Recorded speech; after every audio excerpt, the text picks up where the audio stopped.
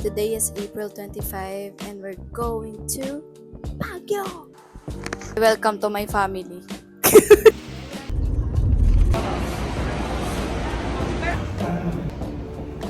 Nasa Victory Liner na kami and nasa lounge na kami. Outfit check. Kakapalan ko ng mukha ko.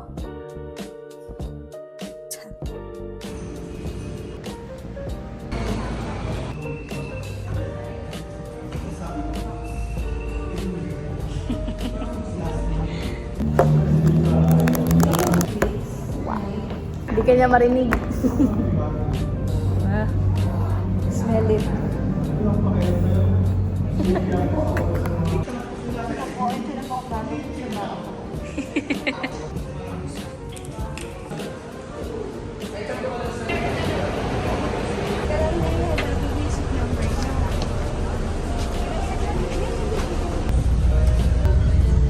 Time check, it's 3:14 a.m.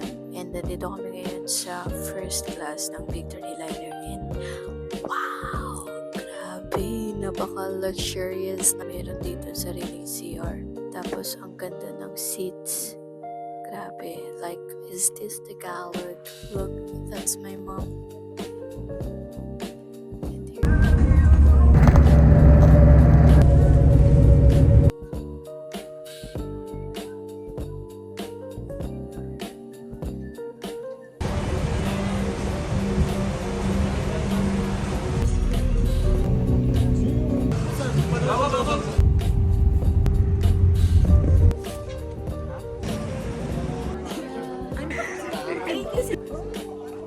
Oh, bilis mo!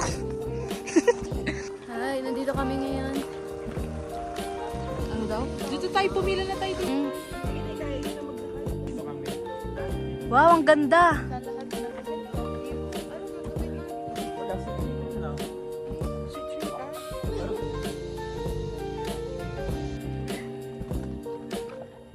Yeah. Nakaganyan pa ako. Oo, inaalalayan nga ako. Inalalayan siya nung isa. Tapos may ano. Sabi niya, hindi ko na kaya. Tapos sabi, dumating yung doctor. May doctor yan eh, kasi may stethoscope. Sabi niya, Malay mo, researcher lang. Gano'n ka-proud na eh? Ha? Gano'n ka-proud? Ano? Gano'n ka-proud? Dahil 80 ka na, nakakakit ka pa ng bago. Kaya nga, Sa pinakatuktok pa ha? nakaakit pa ako ng bagyo. Pag lumabas yung picture ko, nasa ano ako nasa tuktok doon. Sa may bato. bato? Pinitsura mo. Saan? Cellphone mo, Sa cellphone mo. Kailang nakaupo. Naghang na siya. Nasaan siya naman?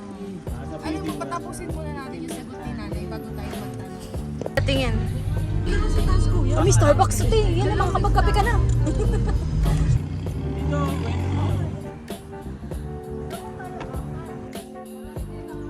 Ayoko na dyan. Na-trauma na ako dyan.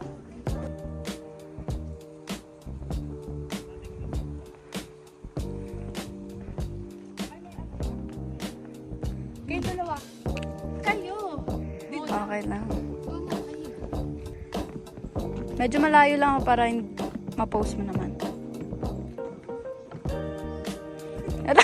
Meeting eh. Ako dito sa daan. Wow, wow, wow. Gano'n lang. Gano'n na lang ako. Parang gaganon na lang tayo, tapos in place na lang yung ano. Sige, sige. Tapos yung position natin, window. Sige. Para mo. Kalimutan ko tuloy. Thanks. Wow.